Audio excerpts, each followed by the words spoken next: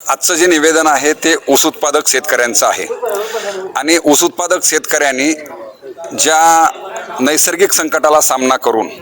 आणि जे सरकार धार्जिने कर असतील, उत्पादन खर्चामधल्या निविष्ठांची खर्चांची वाढ असेल, या सगळ्यामधून ऊस उत्पादनामध्ये जो वाढलेला खर्च आहे, हा खर्च गृहीत न धरता ज्या पद्धतीची FRPची तरतूद या सरकारने केलेली आहे, मुळात तीच चुकीची आहे। त्याच्यामुळे मिळणारा भाव सुद्धा कमी आहे आणि ते बाजूला ठेवून तो सुद्धा FRP ने मिळणारा भाव सुद्धा आजचे हे कारखानदार या परिसरातले देत नाही आहेत। हे मुख्य दुःख नाही आणि म्हणून किमान पातळीवरती FRPच्या प्रमाणामध्ये तरी मुख्य मागणी तर या ऊसाच्या उत्पादनाच्या खर्चाच्या प्रमाणामध्ये 5000 टन ऊसाला भाव मिळाला पाहिजे, परंतु ती जरी दूर टप्प्याची मागणी असली तरी आज किमान पातळीवरती तुम्ही ऊसाचा भाव घोषित करा आणि आम्हाला आज जी प्रचलित FRPची पद्धत आहे त्यानुसार तरी किमान आमच्या पदरामध्ये ऊसाचा भाव पडू देत, ही मागणी घेऊन आज शेतकरी सबंध महाराष्ट्रामधले एकवटलेले आहेत। आजच्या मितीस पश्चिम महाराष्ट्रामध्ये कोल्हापूरसारख्या ठिकाणी मोठं आंदोलन चालू आहे, कारखाने बंद आहेत। आज तिथल्या शेतकऱ्यांनी 37500 ची मागणी लावून धरलेली आहे। काही कारखाने 3500-3600 पर्यंत भाव देत आहेत, तरीही 100-150 रुपये टनामागचा हा जो महत्त्व त्या शेतकऱ्यांना कळलेला आहे,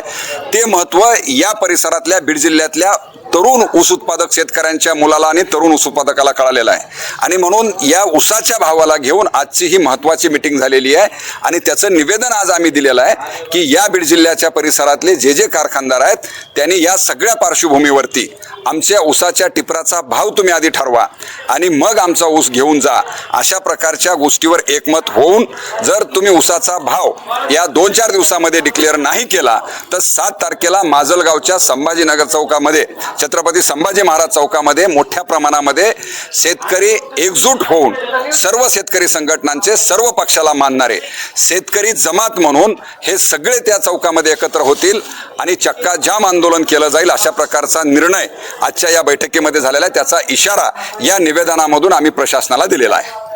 कारखानदार जे आहेत ते शेतकऱ्याला आरे रावेची आणि मगरुरीची भाषा करतात। जे आंदोलनकर्ते आहेत त्यांना देखील गुळ युनिटचे जे काही मालक जे आहेत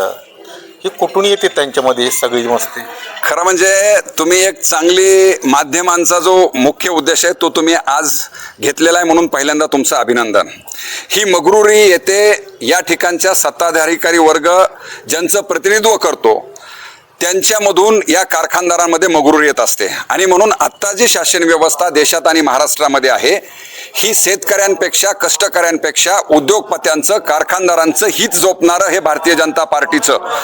मग मोदींचं असेल किंवा फडणवीसांचं सरकार असेल, हे ह्यांचं हितसंबंध जमणारं सरकार आहे आणि म्हणून ह्या सरकारने या उद्योगपत्यांच्या हिताचं धोरण, मग ते ऊस उत्पादक कारखानदार असतील किंवा पीक विमा योजनेच्या कंपन्या असतील, या सगळ्यामध्ये हे सरकार शेतकऱ्यांपेक्षा, शेतमजुरां, कष्टकऱ्यांपेक्षा कारखानदारांचं हित जोपासणार आहे। त्याच्यामधून यांच्यामधली मगरुरी वाढती आहे।